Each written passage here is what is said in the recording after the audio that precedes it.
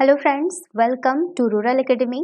Friends, आज हम लोग आंगल मराठा युद्ध का पार्ट 2 यानी द्वितीय आंगल मराठा युद्ध के बारे में देखेंगे कि आंगल मराठा युद्ध का बेस कहां से शुरू होता है, और जबकि आपका सालवाई का संधि हो गया था प्रथम आंगल मराठा युद्ध के बारे में, फिर दूसरा युद्ध क्यों हुआ।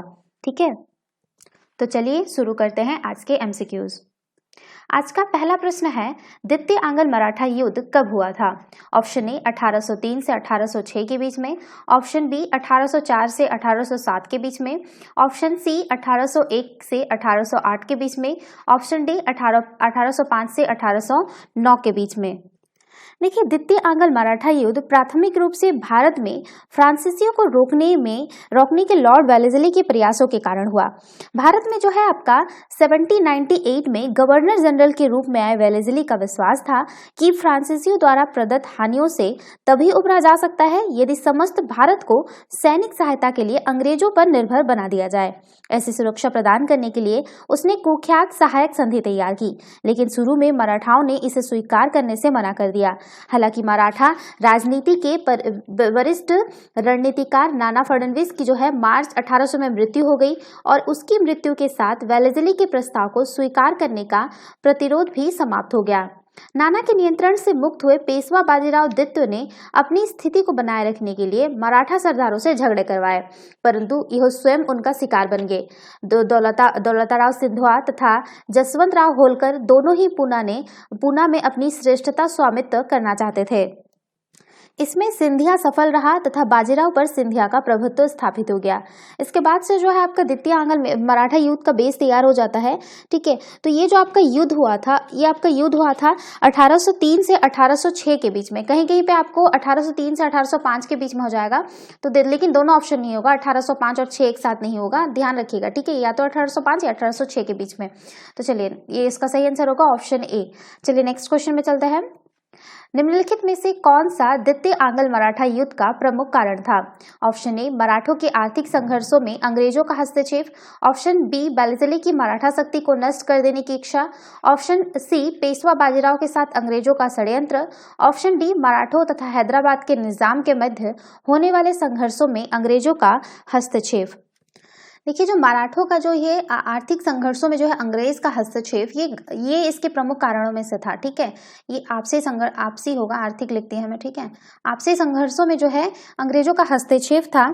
इसी के कारण ही जो द्वितीय आंगल मराठा युद्ध के प्रमुख कारणों में से एक था। तो इसका सही आंसर होगा ऑप्शन ए। चलिए नेक्स्ट क्वेश्चन पे चलते हैं।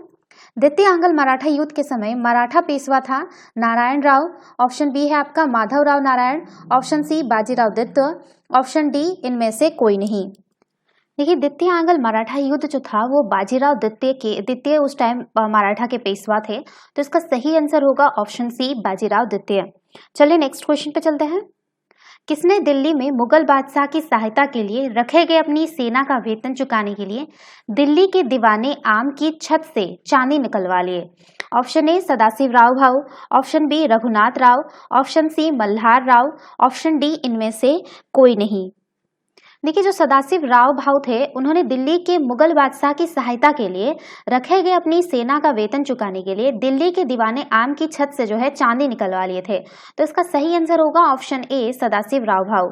चलिए नेक्स्ट क्वेश्चन पे चलते हैं। किस मराठा राज सरदार ने सेना का गठन यूरोपीय ढंग से किया। Option A Mahadji Scindia, option B Raghunath Rao, जिसको हम लोग राघोबा भी कहते हैं, option C Malhar Rao Holkar, option D इनमें से कोई नहीं।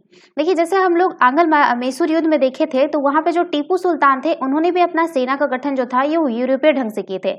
और इसमें मराठों में भी आप देखेंगे कि जो महादजी सिंधिया थे, उन्होंने भी अपने सेना का गठन जो था वो यूरोपीय ढंग से किए। तो इसका सही आंसर होगा ऑप्शन ए महादजी सिंधिया। चलिए नेक्स्ट क्वेश्चन पे चलते हैं। किसने कहा कि मराठों का उदय आकस्मिक अग्निकांड का भांति हुआ है। Option A Grant Duff, option B है एमजी राणाई, ऑप्शन सी आंद्रेविक, ऑप्शन डी जदुनाथ सरकार। देखिए, ग्रांड डफ ने जो है उन्होंने कहा था कि मराठों का जो उदय है वो आकस्मिक अग्निकांड की भांति हुआ है। तो इसका सही आंसर होगा ऑप्शन ए ग्रांड डफ। चलिए नेक्स्ट क्वेश्चन पे चलते हैं। द्वितीय आंगल मराठा युद्ध में अंग्रेजों द्वारा मराठों को हटाकर संधि की गई। इसमें से सिंधिया के साथ कौन सी संधि की गई। ऑप्शन ए बसीन की संधि, ऑप्शन बी सुरजी अर्जन गांव की संधि, ऑप्शन सी देवगांव की संधि, ऑप्शन डी राजपुर घाट की संधि। देखिए जो ये था, ये जो द्वितीय आंग्ल मराठा युद्ध में जो है अंग्रेजों द्वारा मराठों को हटाकर संधि की गई थी। इसमें से जो सिंधिया के साथ थी वो सुरजू अर्जुन गांव की संधि थी, सुरजी अर्जुन गांव की संधि थी। ठीक है, ये जो सुरजी अर्जुन गांव का संधि था वो 1803 में, लिख लीजिएगा, ये 1803 में अंग्रेजों और दौलता राज सिंधे के बीच में हुआ था। इस संधि के फलस्वरूप दोनों के बीच चलने वाला जो युद्ध था वो समाप्त हो गया। संधि के अनुसार सिंधे ने अपने दरबार में ब्रिटिश रेजिमेंट रखना स्वीकार किया और बसई की संधि को स्वीकार किया। सिंधे ने निजाम के ऊपर अपने सारे दावे त्याग दिए और अंग्रेजों की सहमति के बिना अपनी नौकरी में किसी भी विदेशी को न रखने का वचन दिया।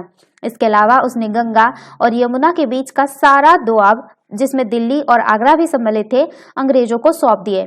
इस प्रकार उत्तरी भारत, दक्षिण तथा गुजरात में दौलता राव सिंधे के समस्त राज्य पर अंग्रेजों का प्रभुत्व स्थापित हो गया। तो ये जो है इसका सही आंसर होगा ऑप्शन बी, सुरजी अर्जन गांव की संधि। चलिए नेक्स्ट क्वेश्चन पे चलते हैं। द्वितीय आंग्ल मराठा युद्ध के बारे में सही कथन चाटिए। आपका एक है, द्वितीय आंग्ल मराठा युद्ध के समय गवर्नर जनरल लॉर्ड वेलेस्ली थे। ऑप्शन बी, द्वितीय आंग्ल मराठा युद्ध के दौरान पेशवा बाजीराव द्वितीय थे। ऑप्शन सी, बाजीराव द्वितीय ने युद्ध के दौरान 1802 में बसीन की संधि कर ली। इनमें से चुनना है कौन सा सही कथन है। केवल एक और ए और बी और ए और सी, ए बी और सी, इनमें से कोई नहीं। देखिए आपको पहले ही मैं बता चुकी हूँ कि दिल्ली जो द्वितीय आंग्ल मराठा युद्ध के समय जो गवर्नर जनरल थे वो थे लॉर्ड वेलेस्ली थे। ठीक है, जो कि द्वितीय आंग्ल मराठा युद्ध प्राथमिक रूप से जो भारत में फ्रांसीसी को रोकने के लिए ही ये उस टाइम फिर से आए थे, रिटर्न आ गए थे। अभी थोड़ी देर पहले मैं आपको बताई कि द्वितीय आंग्ल मराठा युद्ध के दौरान जो पेशवा थे वो बाजीराव द्वितीय थे, तो एक और दो तो सही होगा ही होगा। ठीक है, और बाजीराव द्वितीय ने जो है युद्ध के दौरान ही, ध्यान रखिएगा युद्ध के दौरान है, और 1802 में ये एक सहायक संधि थी, बसीन की संधि कर ली थी। तो ये तीनों ही कथन सही होंगे, तो ऑप्शन सी सही होगा, ए बी और सी। चलिए नेक्स्ट क्वेश्चन पे चलते हैं। आप लोग, मैं यहाँ पे ए बी सी लिखी हूँ, जबकि यहाँ पे 1 2 3 है, तो आप लोग इसको ऑप्शन 1, ये 1 और 3 कर दीजिएगा, ये 1 2 और 3 कर लीजिएगा, ऐसे कर लीजिएगा। ठीक है, चलिए नेक्स्ट क्वेश्चन पे चलते हैं। निम्न में से किस संधि के परिणाम स्वरूप मराठे अपनी स्वतंत्रता से सचमुच वंचित हो गए।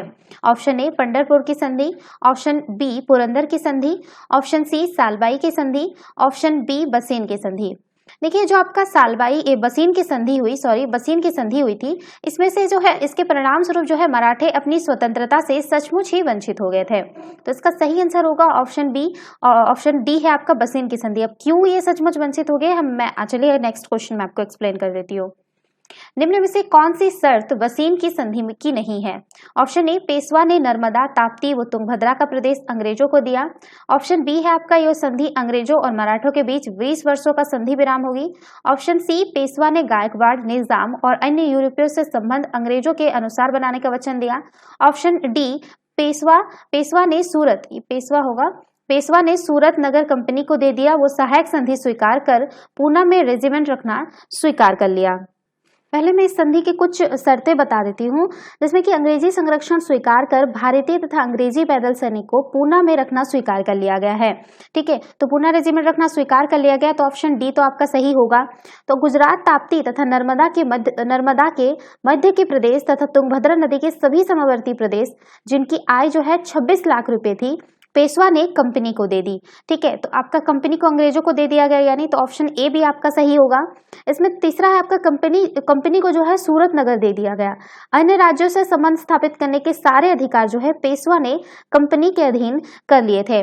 तो ये जो था अन्य यूरोपीय से जो अन्य जैसे गायकवाड़, निजाम और अन्य यूरोपीय से संबंध के लिए उसको क्या दिया, वचन दिया गया अंग्रेजों की कि उनके अनुसार ही वो उनसे संबंध रखेंगे। ठीक है, आपका पांचवा जो है निजाम से चौथ प्राप्त करने के अपने अधिकार को छोड़ दिया गया तथा गायकवाड़ के विरुद्ध युद्ध न करने का वचन दिया गया। अंग्रेज विरोधी अन्य यूरोपीय लोगों को अपनी सेना में निवृत्त करना स्वीकार किया। निजाम तथा गायकवाड़ शासकों के साथ झगड़े में कंपनी की मध्यस्थता स्वीकार कर ली। ठीक है, लेकिन जो है आपका इसमें कथन बी जो है आपका, ये संधि जो है अंग्रेजों और मराठों के बीच 20 वर्ष का संधि विराम होगा, तो इसमें ये जो वसीन की संधि में ऐसा कोई टर्म एंड कंडीशन नहीं रखा गया था, तो ऑप्शन बी सही होगा आपका।